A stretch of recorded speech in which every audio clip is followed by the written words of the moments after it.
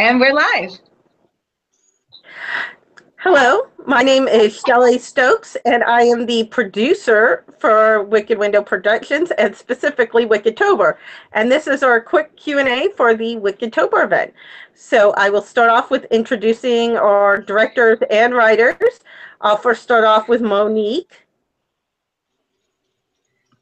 Hi, everybody. My name is Monique Gugino. I'm co-founder of Wicked Window Productions. I directed 2 of the Wickedtober films. I did Candy as well as Frankenstein. Both of them were a lot of fun to film. Very quick. We had to do it very, very quick, but it was a lot of fun. Our next director is Nikki, and she also helped write, and I'll let her speak more to her introduction. Hello, I'm Nikki. This is Luna. She's helping me out today. So I directed The Horror Host, and I also I kind of co-wrote it as well. I've been working with Wicked Windows for a super long time now, and yeah. Okay.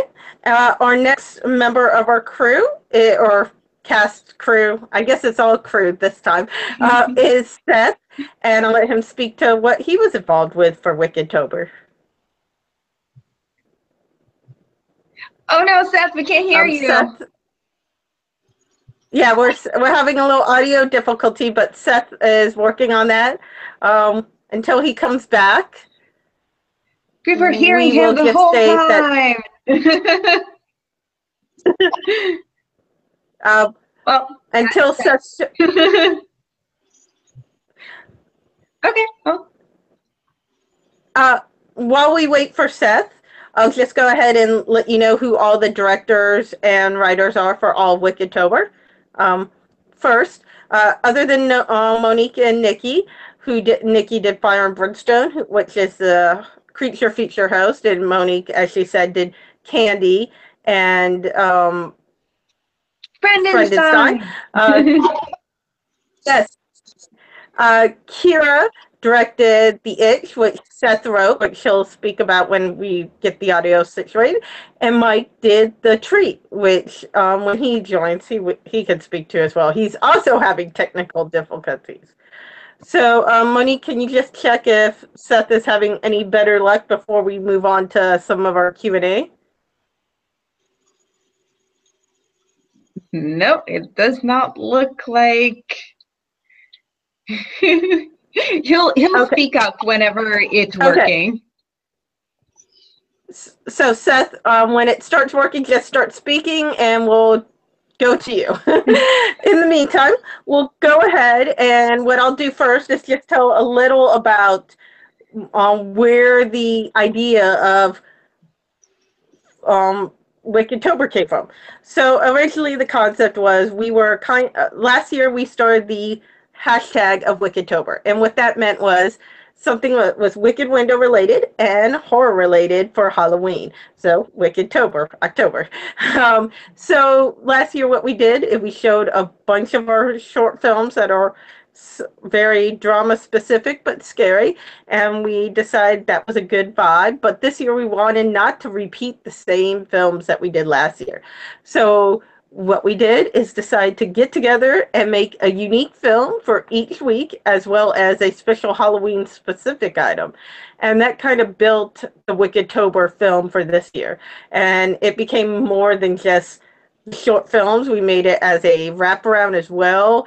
So for festivals, there's a little different version of the weekly films that you saw. So that was kind of, it started as a marketing ploy and built beyond that.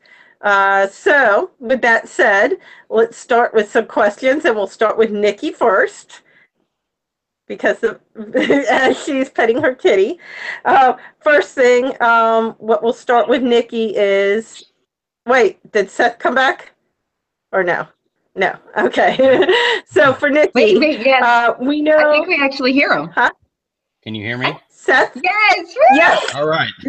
Perfect. Awesome. Before we go full on in the films, Seth, why don't you tell us your role in Wickedtober? Okay.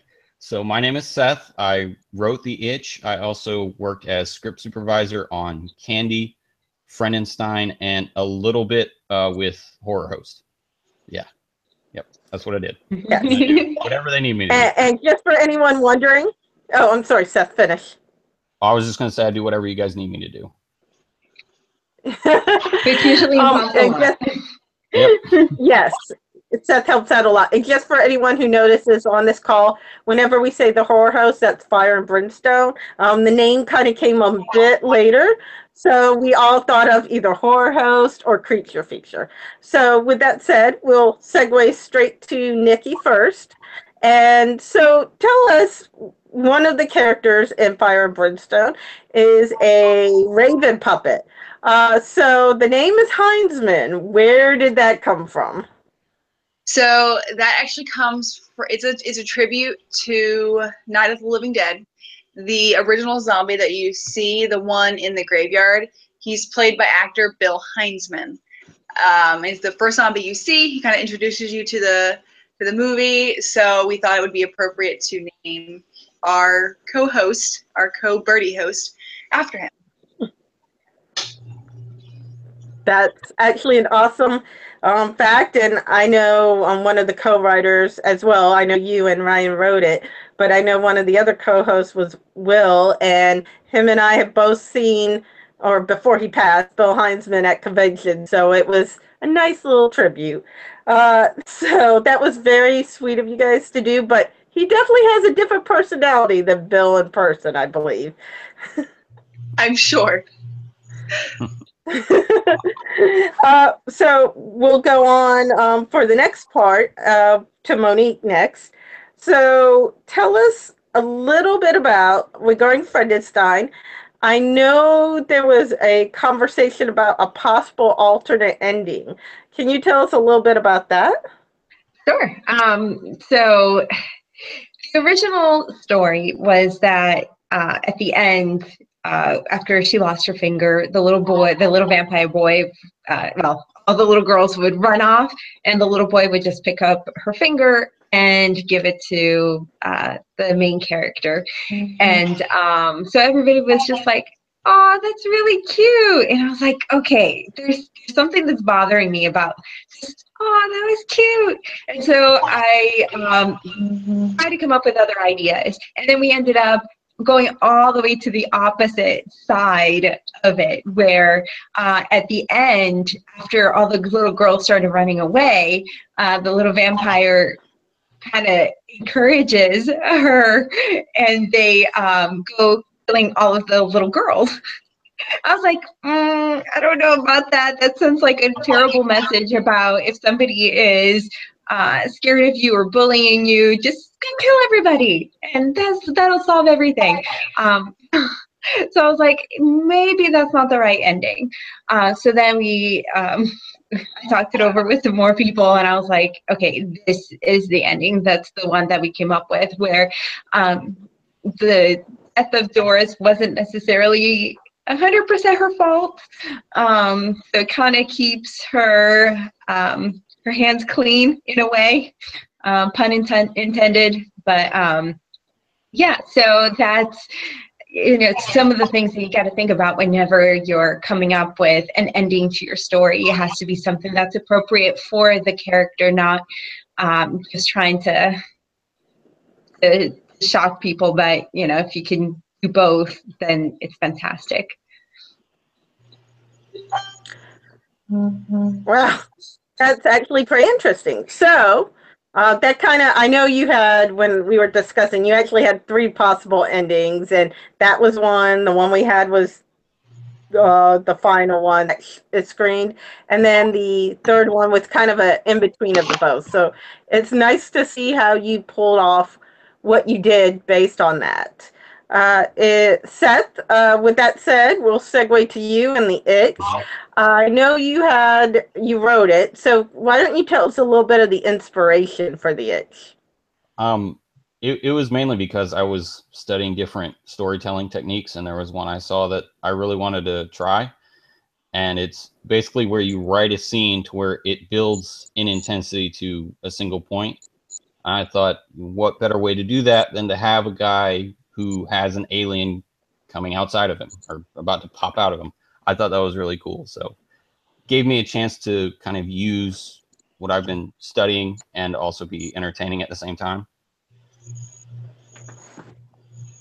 Wow, that's actually pretty cool. And since we have you there, and we still have you here, and the sound is perfect.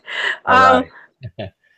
I love how you said that about the itch. And then, since you worked on multiple projects for Wicked, why don't you tell us kind of, especially from, I know in the itch you had a writer's standpoint, the other ones you had more of a crew, like a script supervisor, and then there was one you had no aspect. Kind of tell us what you enjoyed about any or all of the Wickedtober films that you saw. I mean, I think one of my Or were favorite involved with. yeah, one of my favorite moments I think was seeing in Candy the clown makeup for the first time. It was so cool. It was so cool, and the actress had no idea, and when she first saw it she was scared out of her mind. It was great. It was so great. And then working on Fire and Brimstone, that crew was so professional. It was really great to see how efficiently they were able to just set up and get the shots and everything like that. And I think I also liked whenever I watched The Itch, because I wasn't on set. I watched The Itch, and you could tell right away that everybody was having fun. And that's when I think Wicked Window is at its best, is when everybody's having fun. Yeah, everyone had fun, and for the it was filmed at majority of it was filmed at my house, and then a small portion, the scene where they're outside with the other room where the alien comes out was at Kira's house. But the funny statement about that is I had my nieces that weekend, and it's a little funny now, but my 2-year-old niece fell off the couch and bled in the middle of the night before filming. So obviously we calmed her down with Moana and Gatorade and Cheetos. I'm just the aunt. But what's funny is she obviously bled a little from her nose. She was fine. That's not the funny part. The funny part is when one of the FX people were coming around, it's like, oh yeah, this is this and that. It's like, oh yeah, my niece had this incident, but we cleaned it all up. It's like, yeah, not quite. There's some actual, not my fake blood, real blood on the floor. Oh. Side story. So with that said, and I've made everything awkward, we'll go back to but the point is we always have fun on filming. Some are a little more stressful than others, but we definitely have fun.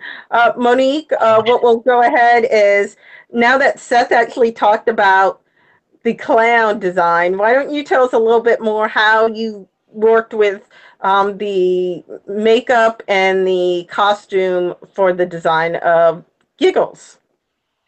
Sure. So we had the challenge of creating Giggles and the clown. And it was hard because there's already so many scary clowns, and Pennywise from It is a really big thing right now. And we didn't want to make him look like all of the other clowns.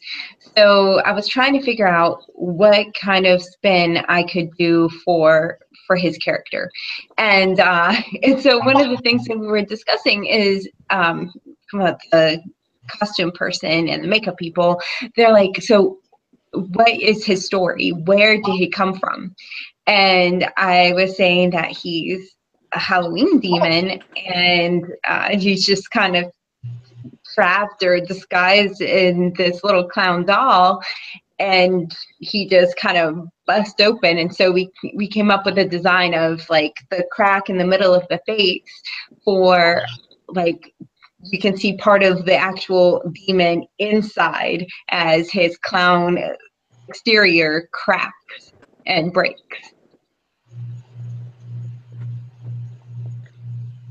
Yeah, I remember them talking about it and they were creating it. I was like, Wow, this looks a lot creepier than I thought it would be. It was just pretty amazing, and I think that was due to Shantae and Amanda trying to get your vision to life, and it worked out pretty well.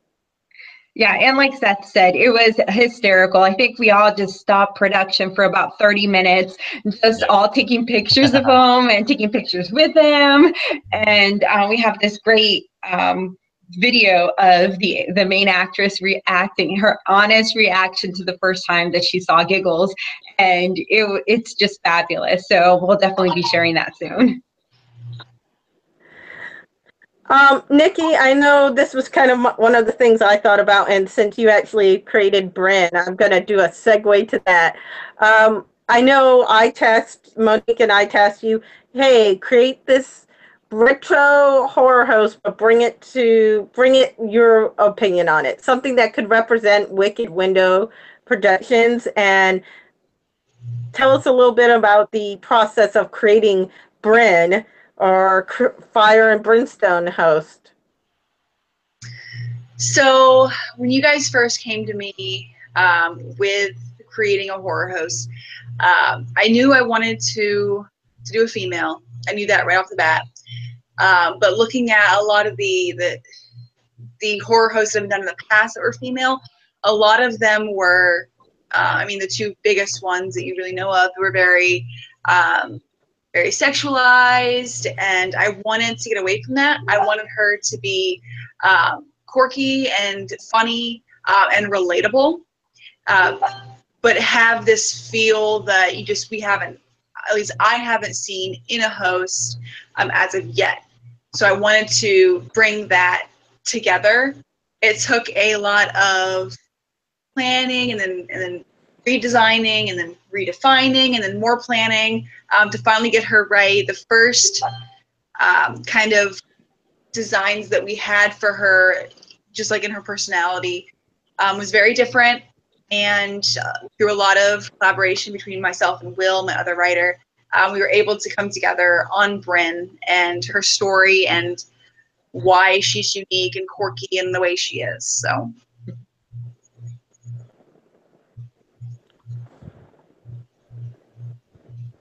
Okay, well, we had a delay and I got distracted by a cat. Let me be honest. Thank you, Nikki. As you can tell, Wicked Window is definitely pro kitty central. So what I will do while we can get things situated, because I know Mike's trying to log in and Kira might be a little late. So we don't want to take too much time, but maybe tell you a little bit about both of the other films.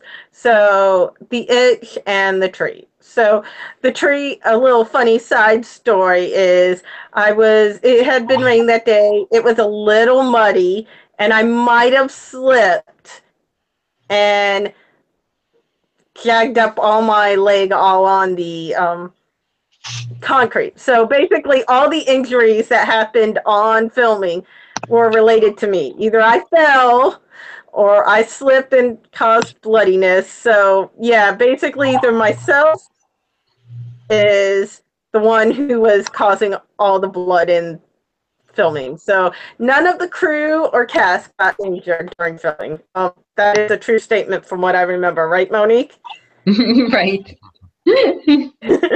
But other than that, The Tree actually involved a lot of, it had a local punk band Mike, who's our director for The Tree, the Abortion Twins, actually not only did a starring near the end, they were the Monster Twins, but they actually created the song, kind of the creepy version of Trick or Treat that's played throughout the film.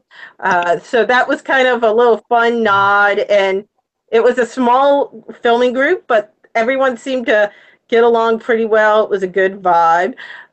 It was definitely more on Mike's aesthetic is definitely more of that grindhouse feel, which is definitely something I enjoy a lot. So that kind of flowed very well. Regarding The Itch, which, like Seth said, he wrote and Kira directed, a much more, it was fun, but definitely a lot of work involved. Kira definitely had a vision, so there were certain things that she made sure it felt right going through. So she had those hallucinations with at the end where the bugs with roaches on one person and spiders and maggots on another. She definitely wanted that. She had certain shots she wanted, and it just flowed very well. I remember her coming over and she had her DP, and that was like directly, she just basically said, this is what I want and this is how it goes. So just like any other director, they definitely know what they want, but she made sure she had a vision that worked with such scripts. So it really flowed pretty well. And we actually had another a song from that film, from the Itch, that was played throughout the party scene, was from Mikey Plastic, which actually he had a song played during our previous web series, Everyday Spooky. So before I segue, I just want to check with the team. Is there any last comments, any last statements from everyone regarding Wickedtober? And I'll let Monique start. Overall, we had a lot of fun doing Wickedtober. I'm definitely happy with all of the films that came out of this project, seeing all the different styles of stories that were told by the various directors, and it shows you that creativity is just amazing. If there was one story and different directors, how different that they could be. We actually decided on the stories before we even had the directors, and then we asked the directors to pick the stories. And so I think that so when I heard the stories, I had an idea of what it was going to look like, and to see how it actually turned out, I think it was a really good learning experience for me. I think that for any directors, I think that they need to practice doing stuff that they've written, and then also things that they didn't write, just so they can see what ideas flow based on that. So I learned a lot from doing Wickedtober. Okay. Nikki, your turn to say comments, questions, whatever, last wrapping up. I, just like Monique, I learned so much from Wickedtober. I had a great time. I met lots of new people. We brought in a crew that we've never worked with before, and they were fantastic. Definitely made great connections, friendships there. That was so important. Just the involvement, the collaboration with everybody was fantastic. Even among the different directors and stories, even though everything was separated into all the little stories and scripts and whatnot, it was still really connected between us all. And I can't thank Monique and Shelley and Wicked Window enough for giving me the opportunity to direct and write it. It was so much fun, and I learned so much valuable information that I would not have known otherwise. Okay, thank you, Nikki. And Seth, I don't know if you're still there. Yeah, I'm still here. Okay, perfect. I see a little green screen on my side. So give us your thoughts, comments, anything, last moments regarding Wickedtober and your experience with it. I mean, I had a lot of fun working on it, and I just want to encourage everybody watching to, go watch the films again, because you'll have fun. I know we had a lot of fun making them, and it was really great to, like Nikki said, work with new people. And I think Wicked Window has come a lot further in terms of getting better at storytelling and everything. So watch our stuff. And Shelley, where can they watch more of our stuff and the actual full Wickedtober? Oh, I didn't know if that was for me or something. You broke up. So coming from Wickedtober, the next thing where we're screening. So obviously you could see online, but that's only the individual films. If you want to see the festival cut, which includes more footage that you cannot see anywhere else, go to the screening. So the first screening coming up Saturday is at Florida Horror Film Festival.